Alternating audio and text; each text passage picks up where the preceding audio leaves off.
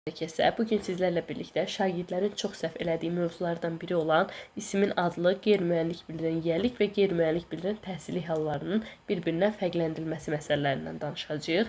Gəlin ilk növbədə hərəyə aid bir nümunə yazaq. Məsələn, adlı hal yazıram. Adlı hala nümunə yazaq. Kitab maraqlıdır.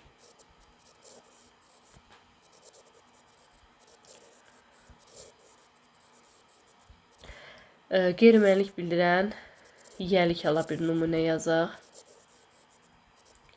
Yazıram. Kitab üzü.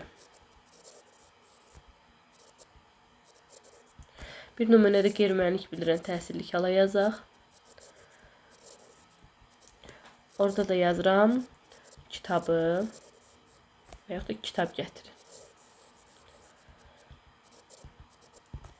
İlk olaraq onu bilmək lazımdır ki, burada biz qeyri-müəyyənlik bildirən hallarda şəkilləri rahat şəkildə bərpa edə bilirik. Qeyri-müəyyənlik bildirən yiyəlik halda istisnalar var. Bu şəhər, məkan bildirən sözlərdə.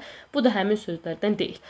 Biz rahatlıqla yiyəlik halının şəkilçisinin ın formasında, təhsillik halının şəkilçisini isə ı formasında bərpa edə bilərik. İlk fərq bundan ibarətdir. Yəni ən primitiv nümunə buradan gedə bilərik. İkinci məsələ nədən ibarətdir? İkinci məsələ, məsələn, adlı halda olan söz cümlədə xəbərlə bağlı olur.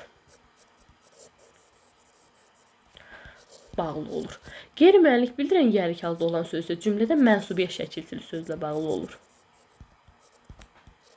Yəni, qeyri-müəyyənlik bildirən yiyəlik hal özündən dərhal sonra mənsubiyyəti tələb edir. Bu, ikinci növ təyini söz birləşməsi məsələsidir.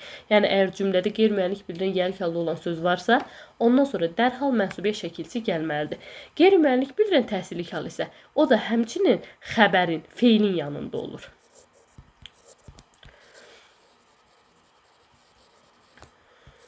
Və biz onu xəbərin yanından uzaqlaşdıranda deyirəm ki, kitab gətir. Kitabı indi gətir.